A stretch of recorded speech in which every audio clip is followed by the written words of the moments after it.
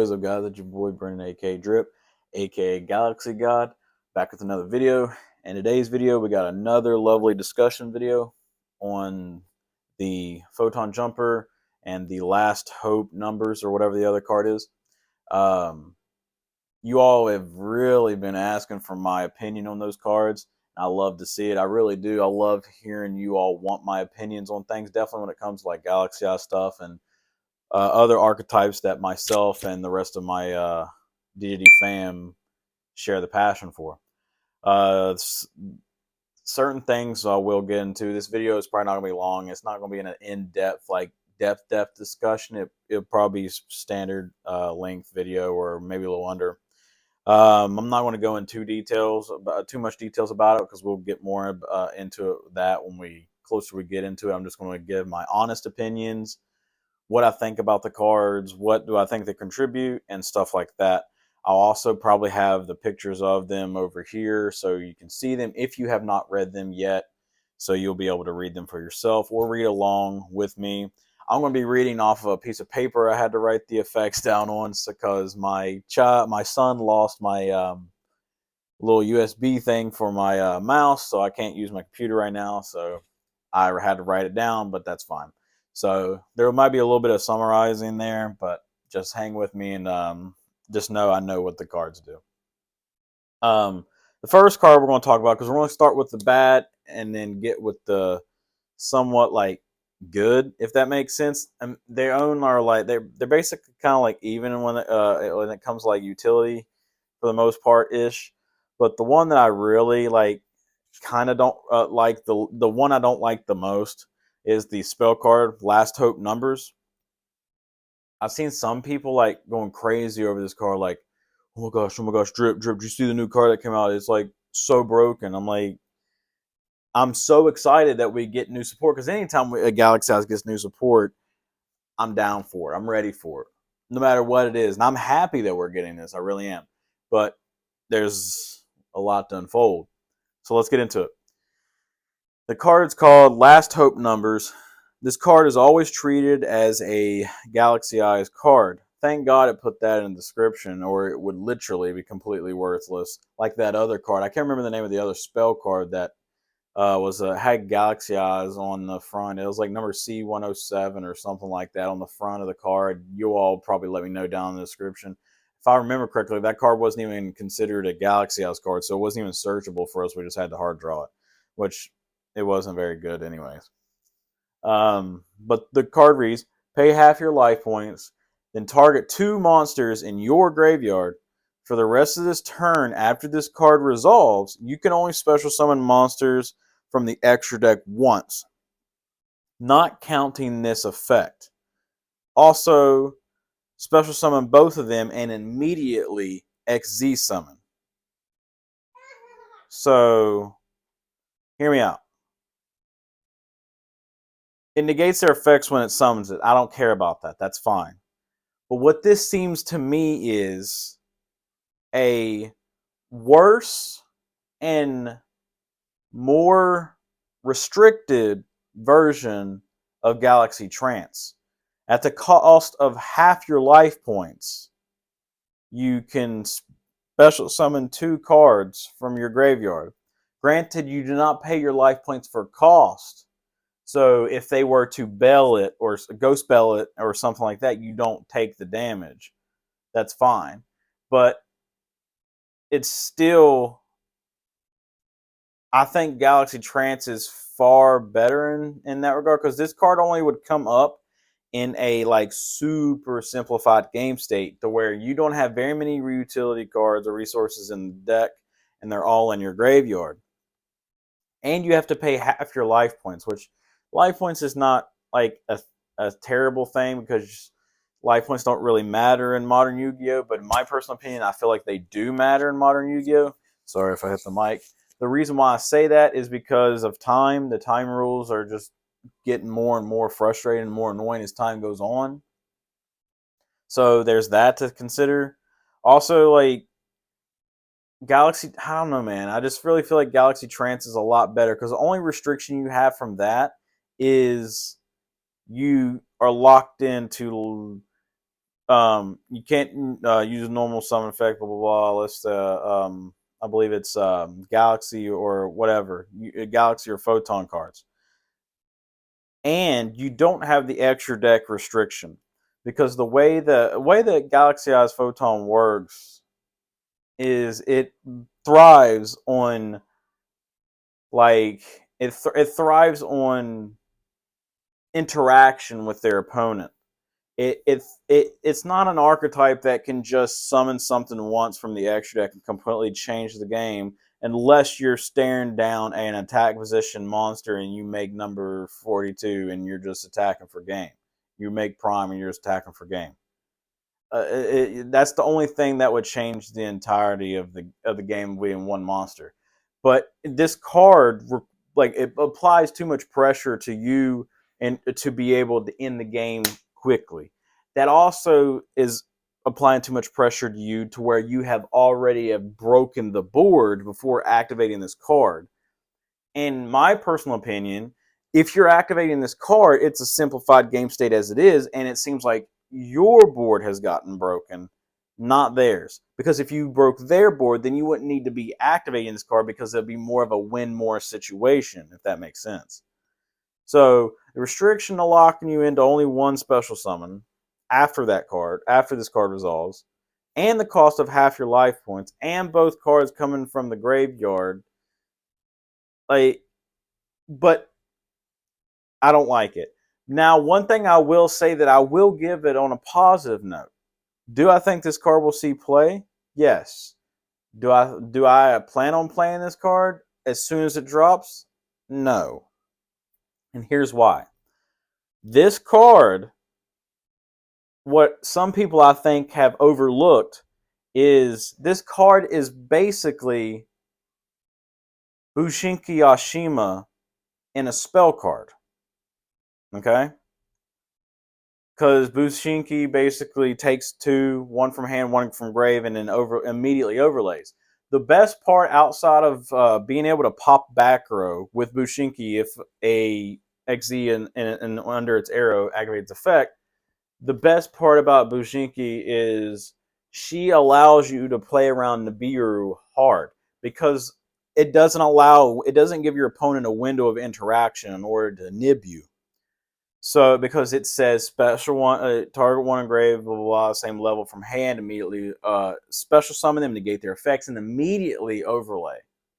This card has the same effect to where it targets two, special summons them, and then immediately overlays. It doesn't allow windows. So if you're in a simplified game state to where you are trying to get back into the game-ish, and you want to play around Nibiru, even though if you're in a simplified game state, they're probably not going to activate a Nibiru anyways because that would just hurt themselves more so than benefit them because they're the ones with the established board. So this card says immediately XZ summon, which is the good part for the card. I'm not trying to downgrade the card that much. It might seem like I am. I'm not trying to downplay it. I'm happy we get new support, and I think the card will see play, and I'm sure you'll probably see a copy of it in my list, depending on the format. This is a format situational card. I should have led with that. This card is a very, like, last resort situational card. In the format that I think we're going to be going in, if like I'm correct with like my hypothesis and bullshit science and Yu-Gi-Oh freaking forecast, I don't think when this card comes out that the format will be like it will be needed. There'll be other utility cards or other cards that will be needed to run in order to establish what we're trying to accomplish. But like I said, I'm not trying to take nothing away from the card. It's just not. It's just not like archetype. Like it doesn't change nothing that we can't already do, and it's not. It's not. It's not archetype defining. If that makes sense. I was trying to think of the better words, but that's probably still not the best choice of words. Moral of the story is it doesn't. It's not high impact enough to completely change our deck and modify what we're already doing. But that's it for the last hope numbers or whatever. Well, I will say the art is beautiful. I really do like the art. I like the art on the card. But who knows? Only time will tell. But that's just me and my outlook on it. On to Photon Jumper, which originally, when I was going to do this video, Photon Jumper was actually going to be at the bottom compared to Last Hope Numbers being the worst one. More of the story is, at first glance, I thought Last Hope Numbers was a better card than Photon Jumper. And then I sat there and I thought about it a little bit more, and I was sitting there and crafted it and all that stuff a little bit more. And Photon Jumper, in my personal opinion, is a better card than Numbers for a couple of reasons. But let me go ahead and read to you what the card says. Photon Jumper reads, when an opponent's monster declares an attack, you can activate this effect. Skip your next battle phase. Also special summon this card from your hand. Then end the battle phase. If this card is sent to the graveyard, you can add one Photon or Galaxy spell or trap from your deck to your hand. Okay. Both cards, by the way, are hard ones for turns, if we didn't already establish that. This card had so much going for it. It had so much going for it. This card could have potentially have been the archetype defining new support card. It had so much going for it. But the fact that in a slash breakboard OTK based deck, they want us to skip our next battle phase in order to end their battle phase is annoying. Then we get to search a Galaxy or Photon spell or trap. If they would have just added the last text that says or mentions Galaxy as Photon Dragon in the text, that would have been, or just a Galaxy Eyes card, or mentions Galaxy Eyes in the text. That would have been so much better, because then we would have been able to search Tachyon finally. I feel like we're never going to be able to search Tachyon unless they errata the card and make it to where it says this card is always treated as a Galaxy Eyes card, or actually give us a good searcher for it. Like it's so frustrating. But the first effect is not optimal at all. Like, I am not going to run this card just in my opponent's battle phase to skip my battle phase, because like I said earlier in this video when we were talking about numbers, Galaxy Eyes Photon, if you don't already know, enjoys and thrives on interaction with its opponent and interaction with its opponent's deck. How so? When your opponent activates a monster effect, negate it. When your opponent special summons a monster, discard a Galaxy Eyes Photon Dragon or 2 Galaxy and or Photon cards and pop the card. It lives on interaction. It wants the back and forth. It's the healthy archetype of Yu-Gi-Oh! Is unlike not allowing your opponent to play. It wants its opponent to play so it can play, if that makes sense. So, but what I'm trying to get at, this, since this deck likes the interaction, if you're playing against anything other than Rogue or above tier 2, like tier 2, tier 1, and you are ending their battle phase, but you don't get the battle phase, that applies way too much pressure on you to like reestablish yourself in control of the game and not get OTK'd on the crackback. Because what Galaxy Eyes outside likes to doing with interaction with the deck, it thrives on breaking boards and OTKing. Or if it goes first, it thrives on maintaining possession of the game state in your favor and not in your opponent's, while at the same time adding follow-ups and stuff like that. I understand it's an OTK-ish based deck, and everyone sees it as an OTK-based deck that doesn't play the deck, and some of you who play the deck may seem it that way. But I have never played mine that way, and I never probably will. The reason why is because if you build your decks just to go second or OTK, then you lose out on so much utility that you could possibly have going first. And playing it more at a mid-range is where it actually belongs. So more of the story, you need to be able to maintain possession of the game and then crack the board, break the board, and then OTK and end the game as soon as possible. Definitely when you're playing against the better strategies that are higher tier 1, tier 2, and some potentially rogue decks. Because even when we get the new support, we're still going to be in that same category, the rogue status, which we were actually probably below rogue right now. I think we are below rogue. But when we get the new support, I think it actually puts us in a rogue category. The only reason that would knock us out of the rogue category or bestials because just banishing our shit from graveyard before we can get off the ground. But you need your battle phase. You need that next battle phase. There's no way around it. If you do, and you're playing against tier 1, tier 2, or certain rogue, you're not winning that game. So this card indirectly could cost you the game and just prolonging the inevitable, as of where you could run other cards to potentially stop them, or stop them from OTKing you or breaking your board. Other utility cards, in archetype or out archetype, it doesn't matter. But, and I mean a big but, I'm talking about thick with 3 C's. 3. Thick. The card says if this card is sent to the graveyard, you can search a Galaxy or Photon spell or trap. This is where the card gets good, but it also is still very situational. The reason why is what's the best way to get this card in the graveyard? Galaxy Soldier. Obviously, I know when we get Galaxy 100 and all that, we can get it in the graveyard like that because it's a Photon card. I get it, yada, yada, yada. But we all know if we get Galaxy 100, the card we're sending to the graveyard is Emperor. Stop playing.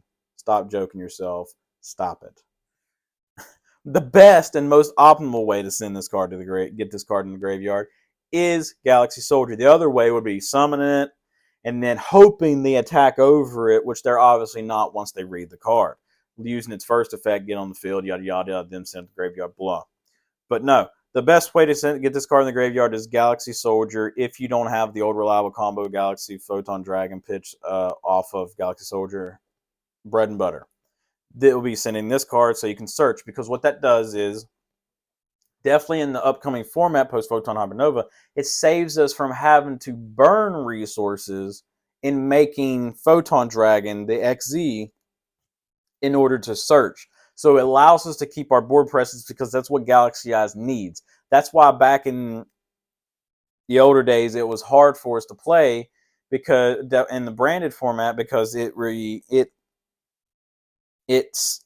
can't really do nothing if it's denied board presence. Kind of like Virtual World. If you played Virtual World can't really do much if you deny them board presence. Kind of the same thing with Galaxy Eyes. We need board presence in order to be able to make our board. So this card being able to search a Galaxy Eyes spell or trap in certain situations saves us without having to make Photon Dragon in order to search a Galaxy Eyes spell or trap or whatever. So in a certain situation, it can kind of make it to where we could end on Dweller, which is going to be necessary, obviously, in the same format we're in now. I play Tier Elements, so this is not a biased opinion, so please don't take it that way. But next ban list is not going to kill Tier Elements. It's not, because Tier Elements still have more support coming out in Castria Tier Element. So it's not going anywhere. So I don't think Dweller's going to get hit either. So we need to be ready to be able to make Dweller if all is possible. So being able to end on Dweller, number 90, Soul Flare, while using, if we can, Galaxy 100 to rip 2 out of their extra deck is what's going to be needed. So we need to be able to make a rank 4 when that time comes. So this, in that regard, could kind of help us. But even if, and it's a big freaking if, I were to run this card, it would definitely not be more than 1. No way more than 1. No way. And even then, you have to ask yourself, even at 1, is the utility even great enough in order to run? Because it's better to run just a more of a rank 4 Sporm package to be able to make Dweller than running this card in order to search. So basically, because the way the deck is going to go moving forward, I've mentioned this in previous videos, the deck is going to lean more almost into your 4s getting you into your 8s more than just swarming level 8s. So your 4s will get you into your 8s and more frequently and more level 8s, if that makes sense. So moral of the story is the level 4s finally get the recognition that they kind of needed before, because before in Galaxy S they were just link material and just swarm fodder in order to search your resources and stuff like that. Now they could do that plus help us extend our plays, help us make a bigger board, and help us get into our 8s. So, and add overall consistency to the deck.